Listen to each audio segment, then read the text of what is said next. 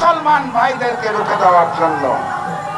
আমার মুসলমান ভাই বোনেরা, ওই শরণার্থী শিবির থেকেও সময় সময় যেই যুদ্ধ চালিয়ে যাচ্ছে, ডোনাল্ড ট্রাম্প মানবাধিকার লঙ্ঘন করে শান্তির জায়গায় অশান্তি সৃষ্টি করে আমেরিকার নতুন পররাষ্ট্রনীতির মাধ্যমে যেভাবে করে ওই ফিলিস্তিনের মুসলমান ভাই বোনদেরকে নিশ্চিহ্ন করতে চাচ্ছে, কথাবার্তা পরিষ্কার।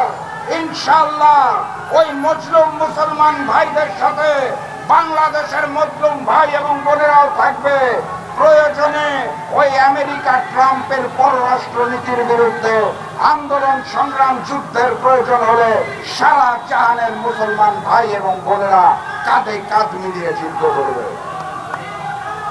সংগ্রামী সাথী এবং বন্ধুগণ, ওই যে আমাদের যে পার্শ্ববর্তী দেশ ভারত, ওই ইহুদিদের সাথে কাঁধে কাঁধ মিলিয়ে আগ্রাসন করতে চায়, অস্ত্রটাও নিয়ে আসে ওই ইহুদি ভাইদের থেকে।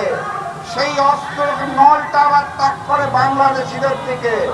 সীমান্তে পাখির মতো যেভাবে হত্যা করা হয়, সেই একই কায়দায় ওখানেও যুদ্ধ চলে। অনেক দূর থেকে আমরা হয়তো সচক্ষে দেখতে পাই না, কিন্তু বাস্তবতা হচ্ছে এটাই। ওই ইসরায়েল আর ভারত ভাই ভাই, তারা মুসলমানদের নিশ্চিহ্ন করতে চায়। ইনশাআল্লাহ ফিলিস্তিনের মুসলমান ভাই এবং বোনদের সাথে মুসলিম বাংলাদেশের ভাই বোনরাও আছে। মাথা নত হবে না। চির উন্নত মমশির আল্লাহর নামে শপথ করে সারা জাহানের মুসলমানরা একত্রিত হবে। আমরা ওই ভারতের শয়তানিকেও মানি না, আমরা ওই ইসরায়েলের শয়তানিকেও মানি না, ডোনাল্ড ট্রাম্পের শয়তানিকেও মানি না, আল্লাহ ছাড়া কাউকে প্রভু মানি না। কারো সামনে মাথা নত হবে না ইনশাআল্লাহ। আর সর্বশেষ, যেহেতু বাংলাদেশে অনুষ্ঠান হচ্ছে, শুধু স্পষ্ট ভাষায় জানিয়ে দিতে চাই, ওপারে ভারতের দাদারা যে শয়তানি করছে, সেই শয়তানির মধ্যে যেভাবে ফিলিস্তিন আছে, একইভাবে বাংলাদেশও আছে। ওই শয়তানিগুলা বন্ধ করুন। বাংলার মানুষ রক্ত দিতে জানে, বাংলার মানুষ প্রতিবাদ করতে জানে, বাংলার মানুষ জানে কিভাবে করে অত্যাচারী শাসকদেরকে তাড়াতে হয়।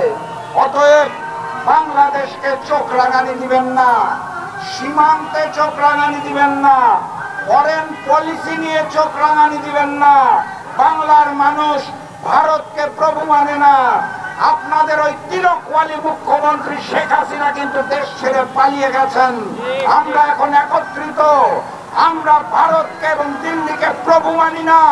অতএব চোখ রাঙানি বন্ধ করুন, না হলে পরের যুদ্ধ শুধু আওয়ামী লীগ নয়, ভারতের বিরুদ্ধেও হবে ইনশাআল্লাহ। সর্বশেষ শুধু বলে দিতে চাই, এখানে বক্তব্য দিলে হবে না, আর হাততালি দিলে হবে না। ইমানি জোরটাকে শক্তিশালী করুন, মজবুত করুন, আল্লাহর উপর ভরসা রাখুন, যুদ্ধের জন্য প্রস্তুতি নিন। প্রয়োজনে ফিলিস্তিনের জন্য যুদ্ধ হবে, বাংলাদেশের জন্য যুদ্ধ হবে, সারা জাহানের মুসলমানদের জন্য যুদ্ধ হবে ইনশাআল্লাহ। এবং আগামী সেই স্বপ্নালী বিশ্বের স্বপ্ন দেখে, গণতান্ত্রিক বাংলাদেশের স্বপ্ন দেখে, আগ্রাসন এবং আধিপত্যবাদহীন বাংলাদেশের স্বপ্ন দেখে মজলুম ফিলিস্তিনের ভাইদের প্রতি সংহতি জানিয়ে আমি আজকের মতো বিদায় নিচ্ছি।